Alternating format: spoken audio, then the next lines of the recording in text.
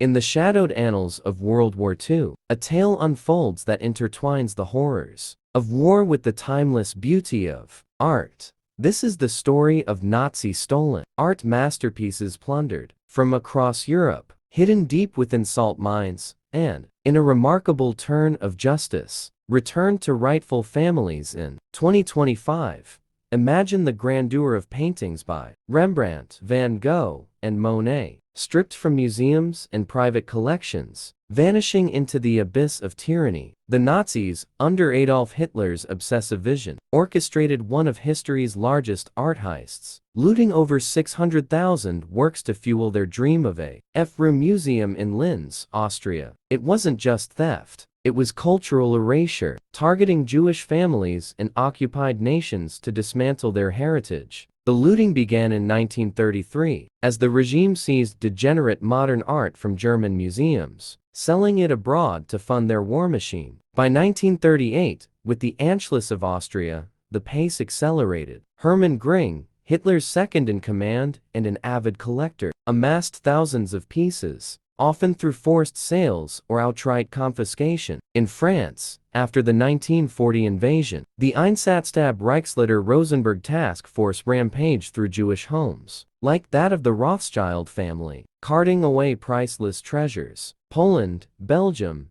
the Netherlands, none were spared. Art dealers collaborated, while resistors hid works in attics and cellars, risking their lives. As Allied bombs rained down in 1944, the Nazis scrambled to safeguard their spoils. Salt mines, with their stable humidity and vast chambers, became improbable vaults. The most infamous was Altaussee in the Austrian Alps, a labyrinthine network burrowed into mountains. Here, under orders from Hitler, over 6,500 artworks were stashed amid crates of dynamite, rigged for destruction if defeat loomed. Michelangelo's Madonna of Bruges, the Ghent altarpiece by Jan van Eyck. These icons endured the damp, echoing darkness, guarded by miners turned reluctant custodians. But victory eluded the Reich. In April 1945, as American forces closed in, local miners and Austrian officials defied orders, disarming explosives to preserve the hoard. The Monuments Men, allied unit of art experts, arrived to unearth this trove, beginning a painstaking recovery. Yet, thousands of pieces remain lost, entangled in legal battles for decades. Fast forward to 2025. Breakthroughs in provenance research, DNA tech for artifacts, and international accords sparked a wave of restitutions. Families, long denied their legacies, sought justice. This script delves deeper into that saga. The journey from plunder to preservation accelerated as the war turned against the Nazis. By late 1944, with Allied armies advancing relentlessly, the regime's leaders grew frantic to protect their ill-gotten cultural hoard. Salt mines offered the perfect refuge: cool, dry, stable environments far from bombing raids. Altaussee stood out as the crown jewel of these hidden repositories. Deep beneath the Austrian mountains, miners had carved vast chambers over centuries. In 1943, the Nazis began converting them into fortified art vaults. Crates arrived by train and truck, unloaded under heavy guard. Works destined for Hitler's plan. F-room museum filled the tunnels. Over 6,500 paintings, alone, alongside sculptures, tapestries, and rare books. Michelangelo's Bruges Madonna arrived wrapped in protective padding, placed beside Van Eyck's Ghent altarpiece panels, removed from their frames for safer transport. Göring's personal collection mingled with pieces seized from Jewish collectors like the Rothschilds and Rosenbergs. The air inside stayed constant at around 8 degrees Celsius, humidity perfect for preserving fragile canvases, though the salt dust posed its own subtle threat. As 1945 dawned, defeat loomed. Hitler issued the Nero Decree in March, commanding the destruction of anything that could benefit the enemy, including the art hoard. Gauleiter August Igru, overseeing the region, ordered 8 massive bombs hauled into the mine, disguised as marble shipments. Miners grew suspicious when crates labeled "Caution, Marble, Do Not Drop" arrived. Local foreman Otto Gross and others quietly inspected them, discovering the explosives. In a daring act of defiance, They removed fuses and wiring, then sealed off sections to prevent re-entry. When American troops reached Altaussee in May, the bombs remained inert. The monument's men, led by figures like Robert Posey, entered the dimly lit tunnels, flashlights revealing row upon row of treasures. They marveled at the sight: Botticelli, Rubens, Vermeer, all intact. Recovery began immediately, with artworks carefully extracted and transported to central collecting points in Munich for identification and eventual return. Yet restitution proved far slower than recovery. Post-war chaos, missing records, and Cold War divisions delayed many claims. Families scattered by genocide struggled to prove ownership without documentation, destroyed or hidden. Museums and private collectors often resisted, citing good faith purchases or statutes of limitations. Decades passed with partial successes. Some pieces returned through diplomacy, others via courts. The 1998 Washington Principles urged proactive provenance research and fair resolutions, but enforcement varied. By the early 2000s, databases improved tracking, and organizations like the World Jewish Restitution Organization pressed governments. In 2025, momentum surged anew. Advances in digital archives, forensic techniques, the monuments. Men's heroic efforts at Altaussee marked only the beginning of a long, often frustrating path toward justice. In the immediate post-war years, the Allies established collecting points in Munich, Wiesbaden, and other German cities. Here, covered artworks underwent meticulous cataloging. Experts cross-referenced inventories, examined labels, and studied old photographs to trace origins. By 1951, roughly 5 million cultural objects had been processed, with many thousands returned to governments or institutions. Yet for private owners, particularly Jewish families devastated by the Holocaust, restitution lagged painfully. Many heirs had perished in camps, records were burned, and surviving documentation often consisted of vague descriptions or pre-war insurance lists. The 1950s and 1962 saw sporadic returns through bilateral agreements, but most nations prioritized state claims over individual ones. West Germany passed restitution laws, yet they required proof of Aryanization or forced sale, burdens many could not meet. The Cold War further complicated matters. East Germany held thousands of looted pieces, often displaying them without acknowledgement. Meanwhile, in the West, museums quietly acquired works with murky provenance, sometimes knowingly. The infamous case of Cornelius Gurlitt, son of Hitler's art dealer Hildebrand Gurlitt, exemplified the hidden persistence of stolen art. When German authorities raided his Munich apartment in 2012, they discovered over 1,200 works, including pieces by Chagall, Matisse, and Picasso, many presumed lost since 1945.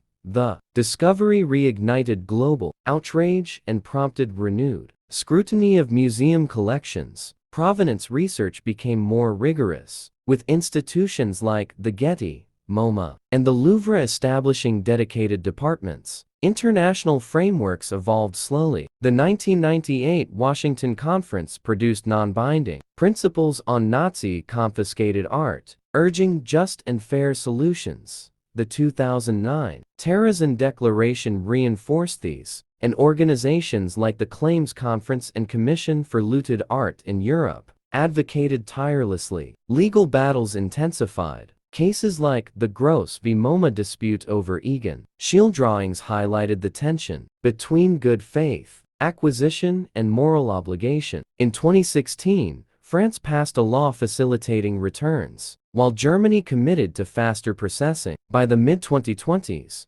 technology accelerated progress. AI-assisted image recognition matched old photos to artworks, blockchain tracked provenance chains, and expanded digital databases like the Lost Art Database and the Nazi Era Provenance Portal connected dots across continents. High-profile restitutions in 2025 included a Klimt portrait return to heirs in Vienna and a Van Gogh drawing repatriated to a Dutch family. These acts symbolized a broader reckoning: governments, museums, and auction houses increasingly chose ethics over possession. Families. The year 2025 marked a pivotal chapter in the ongoing quest for justice, as legislative reforms, new arbitration mechanisms, and renewed commitments accelerated Nazi-looted art restitutions. In December 2025, the U.S. Senate unanimously passed the Holocaust Expropriated Art Recovery Here Act of 2025, extending and strengthening the 2016 version set to expire. This bipartisan measure eliminated key legal barriers like statutes of limitations and the International Comity doctrine that had long hindered claims in American courts. It empowered heirs of Holocaust victims to pursue recoveries more effectively, even for works held abroad, signaling stronger federal support for moral restitution over procedural defenses. Organizations such as the World Jewish Restitution Organization hailed it as a vital step toward fair paths for survivors and families. Across the Atlantic, Germany launched a groundbreaking reform in late 2025, replacing the slow, non-binding Limbach Commission, which resolved only 26 cases in over 2 decades. The new Arbitration Court for Nazi-looted property began operations on December 1st. This tribunal allows unilateral claims claimants can initiate proceedings without museum consent, offering binding resolutions for disputes involving public collections. High-profile cases, including Picasso's Madame Solar and Max Beckmann's The Night, shifted under this framework, promising faster outcomes. Museums like the Bavarian State Painting Collections endorsed the change, though adoption by smaller entities lagged. In France, 3 paintings by Jewish artist F. Dor Lowenstein seized in 1940 were returned to his heir after 85 years, part of a broader effort where 221 works had been restituted since 1950. Britain's Tate Gallery prepared to return a looted piece to heirs of Belgian Jewish collector Samuel Hartveld, following spoliation advisory panel guidance. Austria saw continued provenance work, while exhibitions like Looted to Families, Nazi Theft, and the Search for Restitution at the Wiener Holocaust Library highlighted personal stories of recovery and reconciliation. These advances built on the 1998 Washington Principles and 2024 Best Practices, endorsed by multiple nations. Databases expanded, with projects tracking over 1,169 disputes and visualizing timelines from 1933 onward. Emotional returns extended beyond masterpieces. Wallets, furniture, and keepsakes regained by families carried profound meaning, symbolizing lost lives reclaimed. Though over 100,000 works remain unreturned. 2025's momentum, fueled by technology, policy shifts, and ethical pressure, brought tangible hope. Families long denied closure witnessed paintings rehung in homes, not vaults, affirming that history's shadows can yield to light through persistent justice. In 2025, the long shadow of Nazi-looted art finally began to lift for many families, as restitutions reached an emotional and symbolic peak. Picture the quiet dignity of these moments. An elderly woman, now in her 90s, stands in a Vienna museum gallery, her trembling hands touching the frame of a Gustav Klimt portrait, stolen from her family's home during the Anschluss in 1938. Tears flow freely as she whispers memories of her grandmother, posing beside it in their salon. Across the ocean, in New York, a grandson in his 70s accepts a Vincent van Gogh drawing returned after decades in a private collection. Its journey, traced through newly digitized auction records and AI-matched photographs from the 1930s. These scenes, repeated in galleries from Berlin to Paris to Los Angeles, carried the weight of generations lost and heritage reclaimed. The momentum came from policy breakthroughs. The HERE Act of 2025 removed final legal hurdles in U.S. courts, allowing claims to proceed without outdated time bars. Germany's new Arbitration Court delivered swift, binding decisions, resolving cases that had languished for years. High-profile returns included Max Lieberman's Two Riders on the Beach to Descendants in Israel, and a series of French restitutions under the Lowenstein precedent. Museums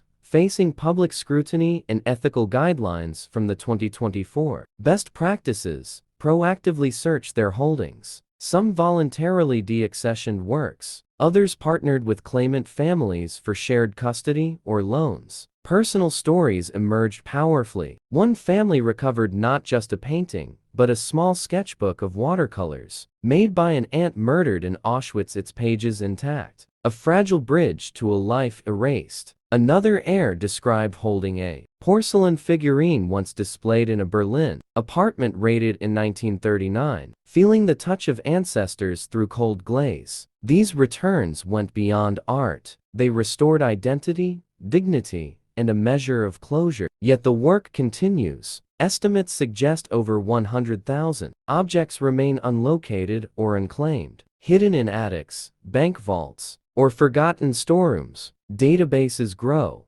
provenance research deepens, and younger generations carry the torch. In 2025, the world witnessed not just the handover of canvases, but the quiet triumph of memory over obliteration. What the Nazis sought to destroy, culture, family, humanity, endured. Through salt mines, courtrooms, and tearful reunions, stolen beauty returned home, reminding us that justice, though delayed, can still heal wounds carved by history. The saga of Nazi stolen art, born in the fires of war and hidden in the depths of salt mines, ultimately becomes a testament to resilience, memory, and the slow but steady march of justice. What began as systematic cultural plunder over 600,000 work ceased to feed. Hitler's megalomania evolved into one of history's most protracted restitution efforts. From the daring rescue at Altaussee in 1945, where miners and monuments men saved masterpieces from destruction, to the emotional handovers in 2025, the journey reflects humanity's capacity to confront its darkest chapters. Each returned painting, sculpture,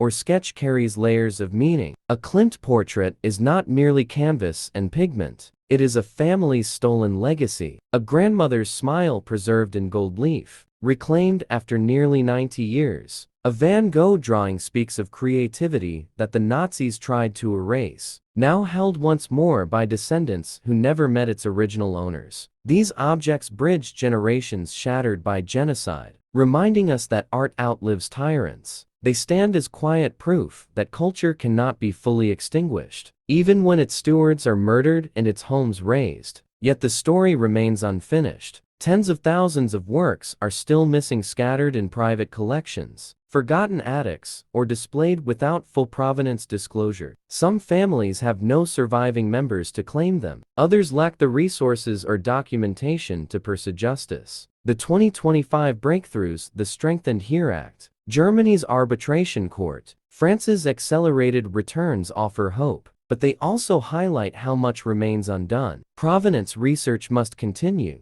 Databases must expand, and ethical pressure on institutions and collectors must intensify. Museums, once reluctant, now increasingly lead by example, choosing transparency over possession. In the end, this is more than a tale of theft and recovery. It is about accountability, about nations and individuals acknowledging past wrongs, and about healing through truth. The salt mines that once concealed stolen beauty now symbolize preservation against oblivion. The courtrooms and galleries of 2025 represent a world striving to make right what was so terribly wrong. For every artwork returned, a small piece of history is restored. A voice long silenced is heard again. As we reflect on this epic journey, from plunder in the 1930s to restitution in the 2020s, we see that justice, though delayed by decades, is possible. The paintings hang once more in homes where they belong. The sculptures stand in places of honor, and the memory of those who suffered endures. Nazi stolen art, hidden in salt mines and returned to families, reminds us beauty survives, truth prevails, and humanity, at its best, seeks to repair what hatred sought to destroy. As we stand in early 2026, The restitution of Nazi-stolen art continues to unfold with quiet determination, building on the breakthroughs of 2025 while confronting ongoing challenges. The HERE Act of 2025, now advancing through Congress after unanimous Senate approval in December, promises to extend protections beyond its 2026 expiration, removing barriers like excessive delay defenses, prescription rules, and the act of state doctrine. If signed into law, it would open clearer paths for claims in U.S. courts, potentially accelerating returns from American collections. In Europe, Germany's Arbitration Court for Nazi-looted property, operational since December 2025, has begun handling unilateral claims, offering binding resolutions where the old Limbach Commission faltered. Switzerland prepares to launch its independent Committee for Cultural Property with the burden passed in 2026, uniquely addressing both Holocaust-era and colonial claims with non-binding but fair recommendations. Claimants can engage unilaterally for Nazi-looted cases. These mechanisms signal a shift toward proactive, claimant-friendly processes. Recent restitutions underscore the human dimension. In late 2025, an Ernst Ludwig Kirchner watercolor returned to Fischer family heirs, destined for the Virginia Museum of Fine Arts, Nuremberg and Munich. Museums handed back works to heirs of Jewish dealers and collectors. Smaller, deeply personal items like wallets, keepsakes, and family mementos have been restored, carrying immense emotional weight for survivors' descendants. As highlighted in early 2026, reports of returned personal effects from Holocaust victims. The Monuments, Men and Women Foundation persists in tracking hidden pieces, urging public help with provenance clues from auctions and private holdings. Databases expand, AI AIDS matching, and international best practices endorsed by over 30 nations in 2025 push museums toward transparency. Yet obstacles endure. Tens of thousands of works remain untraced, some in good faith, private hands, others obscured by incomplete records. Not every family has heirs to claim, and legal complexities persist. Still, the tide turns. What was concealed in salt mines to evade destruction now emerges through ethical resolve. Each return grand painting or humble wallet restores dignity, honors memory, and affirms that justice can span generations. This epic from 1930 seconds plunder to 2026 restitutions teaches that culture endures beyond tyranny. The art, once destined for a dictator's vanity, now belongs to those from whom it was torn. In reuniting objects with families, we mend fragments of broken history, ensuring the lessons of the past illuminate a more just future. By January 2026, the restitution of Nazi-stolen art has solidified into a mature, ongoing global process rather than isolated events. The momentum from 2025's legislative and institutional reforms continues to yield results, though at a measured pace,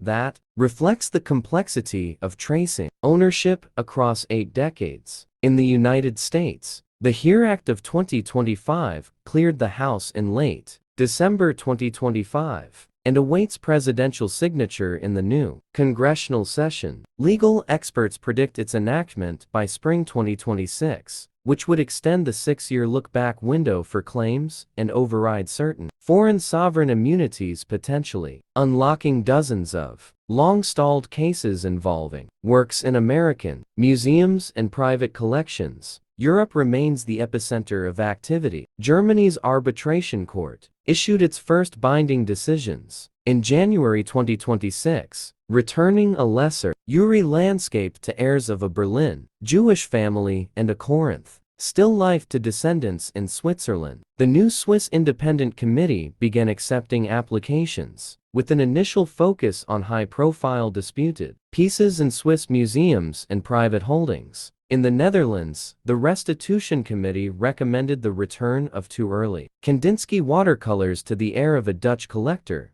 ending a multi-year review. France continued its steady pace, repatriating additional works from state collections under the framework established for the Lowenstein restitutions. Beyond formal institutions, grassroots efforts and private initiatives gain traction. The Monuments Men and Women Foundation expanded its public database of unlocated works, encouraging tips from auction attendees, estate sales, and family attics. Several anonymous private collectors, influenced by ethical guidelines and public pressure, quietly approached claimant organizations to discuss voluntary returns. Auction houses like Sotheby's and Christie's strengthened provenance checks, flagging questionable lots before sale and sometimes facilitating direct negotiations with heirs. The emotional resonance persists. January 2026 saw media coverage of a modest but powerful return. A small silver Kiddush cup, once part of a family's Shabbat ritual in Warsaw, handed back to a great-granddaughter in Tel Aviv. Such intimate objects remind us that Nazi plunder targeted not only elite art, but everyday symbols of identity and faith. These restitutions grant or humble rebuild personal histories, fractured by the Holocaust. Challenges remain formidable. Many works lack any paper trail, and some heirs face financial or logistical barriers to pursuing claims. Yet the infrastructure for justice grows stronger each year. Interconnected databases, forensic imaging, blockchain provenance tracking, and a generational shift in institutional attitudes. What was once hidden in salt mines to protect stolen treasures now surfaces through transparency and moral commitment. The journey from 1933 plunder to, as January 2026 unfolds, the restitution landscape for Nazi stolen art shows both steady progress and persistent hurdles, with recent developments underscoring the emotional depth of these returns. A poignant New York Times feature from January 1, 2026, highlighted how value often lies beyond money. Small, personal items like a wallet belonging to Jean Irabarne, a French guide who helped Jews escape Nazis and died in 1945, were returned to his daughter, Marie Elni Sagaspi, now 80, by the Arolsen Archives, delivered in a town hall ceremony months earlier, but spotlighted anew. Such restitutions of everyday keepsakes evoke profound healing for families who lost loved ones and traces of their lives. These humble objects, wallets, photographs, mementos, carry immense weight, symbolizing survival amid genocide. In Germany, the Court of Arbitration for Nazi looted cultural property, operational since December 1, 2025, continues to gain attention. An online presentation by Prof. Dr. Matthias Weller on January 28, 2026, explained its features, unilateral claims, binding decisions under new assessment rules, and free proceedings. Though no major January rulings are publicly detailed yet, the tribunal aims to surpass the old advisory commission's slow pace, only 26 cases in over 20 years, by offering clearer paths for claimants against public collections. The HERE Act of 2025, passed unanimously by the Senate in December 2025, awaits House action and potential presidential signature early in 2026. If enacted, it would extend the 6-year discovery-based statute of limitations, curb defenses like international comity, and strengthen U.S. claims, potentially resolving disputes involving works abroad held in American institutions. Ongoing efforts include expanded provenance databases and ethical pressures on private holders. Exhibitions planned for 2026, such as the February opening at Paris's Museum of Art and Jewish History, featuring loaned restituted Lowenstein paintings, keep public awareness alive. Conferences and calls for papers on related themes signal growing academic focus. Despite advances, over 100,000 works remain unrecovered. Barriers persist, incomplete records, financial strains on claimants, and debates over forced sales versus outright theft. Yet each return, grand or intimate, reaffirms commitment to justice. From salt mine hiding places to modern arbitration halls, the path reflects enduring resolve to restore what was stolen, honor victims' memory, and ensure history's lessons guide a fairer future. In the opening weeks of 2026, the restitution of Nazi stolen art enters a phase of deepened personal resonance and quiet triumph, where the smallest objects often carry the heaviest meaning. On January 5, 2026, a modest ceremony in a French town hall draws quiet attention. Marie H. L. Sagaspi, now 80, receives the worn leather wallet of her father, Jean Irabarne, a resistance guide who aided Jewish families escaping the Nazis and perished in 1945. Inside remain faded identity papers, a tiny family photograph, and a few coins untouched since the war. The Arolsen Archives, guardians of millions of Holocaust-era documents, facilitated the return after decades of preservation. Sagaspi holds the wallet close, tears tracing lines on her face, as she whispers, "This is him still here." Such intimate restitutions remind us that Nazi plunder targeted not only masterpieces, but the everyday fabric of human existence. Across the Atlantic, similar scenes unfold. In New York, a grandson accepts a single black and white photograph of his great-aunt, stolen from a Berlin apartment in 1939 during a raid on Jewish homes. The image creased, edges yellowed, shows a young woman smiling in a summer dress, a moment frozen before the horror. Returned after provenance research matched it to a 1,940 seconds inventory list. The photograph becomes the only visual link to a life erased in Auschwitz. Family members gather around, passing it gently, voices soft with stories long untold. These returns of personal items, wallets, letters, snapshots often eclipse the drama of grand paintings in emotional impact. They restore fragments of identity that grand art cannot.